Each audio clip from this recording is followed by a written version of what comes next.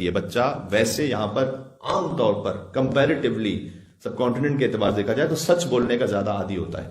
لیکن ایک مشکل جو بہت زیادہ ہے، جو سب کانٹیننٹ میں بھی اور یہاں بھی ہے اور بہت زیادہ بڑھتی چلی جا رہی ہے، وہ ہے کہ جو حضور نے فرمایا، حضور کی حدیث ہے، عجیب حدیث ہے، فرمایا اللہ نے مجھے بھیجا ہی 2 کاموں کے لیے.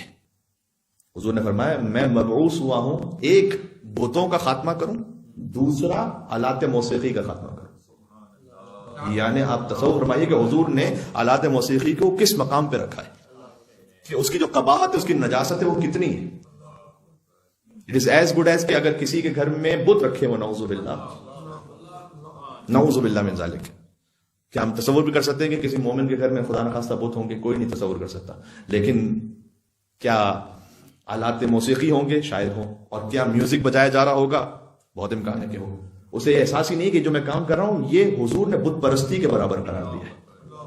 بچے اس میں بہت مبتلا ہے یہاں پر، اور ہر چیز میں اتنا زیادہ ہے. بات شروع ہوئی تھی موبائل رنگ ٹون سے اور گیجٹس وغیرہ سے، اس کے بعد تو اب ہر چیز میں آپ یوٹیوب بھی دیکھ رہے ہیں. آپ یوٹیوب پر ہر 2-4 منٹ بعد کوئی نہ کوئی فحش اشتہار دیکھیں گے. میں کہتا ہوں اب کوئی یوٹیوب کی پروموشن میں کیا کروں گا، لیکن اور اس کو کیا فائدہ پہنچانے کی بات کروں، لیکن میں کسی اور نیت سے بات کر رہا ہوں. اگر آپ کر سکتے ہیں تو جو کچھ پیمنٹ دے کے پریمیم پیکج ہوتا ہے اس کو اس خاطر اس نیت سے لے لیں، اس نیت سے کہ میرا بچہ جب نوحہ دیکھ رہا ہے، یا میرا بچہ جب مجلس دیکھ رہا ہے، یا کوئی حلال کارٹون دیکھ رہا ہے، خود بخود نہ چاہتے ہوئے بھی اس کے سامنے وہ منظر نہ آئے کہ اس کی شہوت کو ابھارے.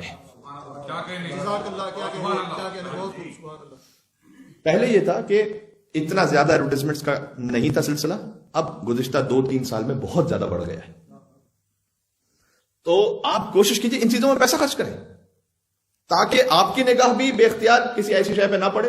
اور بچہ ہوتا ہے وہ بہت ونریبل ہوتا ہے، بڑے بھی ایسے ہوتے ہیں، لیکن بچے خاص طور پر، چونکہ وہ ذرا سے ایک اشتہار کو دیکھ کر آپ کو پتہ بھی نہیں چلے گا اس نے کہیں کلک کیا اور وہ کہیں اور کسی دنیا میں پہنچ گیا.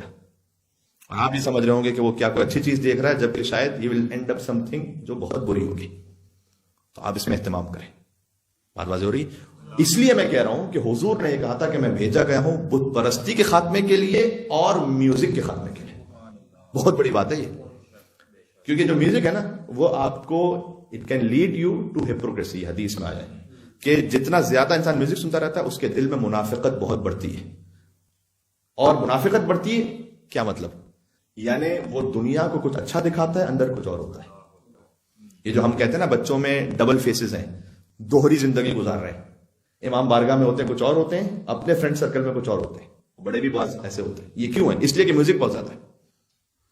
میوزک کی وجہ سے ہپوکریسی ہے. ہم بعض معذرت میں اپنے آپ کے لیے بھی کہہ رہا ہوں، اچھا بننا نہیں چاہتے، اچھا دکھلانا چاہتے ہیں دوسروں کو. ہم دوسروں کو اپنے آپ کو اچھا دکھا دیں، انسٹاگرام پر اچھا دکھا دیں، فیس بک پہ اچھا دکھا دیں، ہمارے اسٹیٹس اچھے سے ہو جائیں.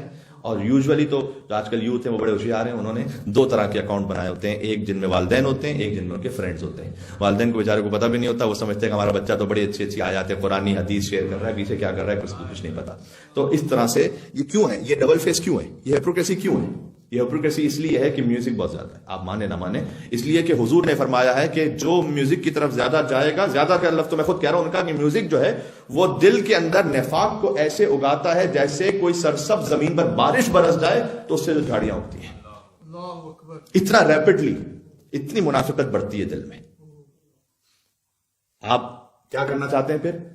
پھر شیطانی زندگی گزارنا چاہتے ہیں بیہائنڈ دا کرٹنس، اور سامنے پس منظر پہ کچھ اور ہے، پیش منظر کچھ اور ہے. اس کی وجہ میوزک ہے. یہ خیال کیجئے گا. اور یہ چونکہ حضور کی بعثت کا مقصد ہے لہذا میں نے آج اس کو بیان کر دیا. اللہم صلی علی محمد و علی محمد.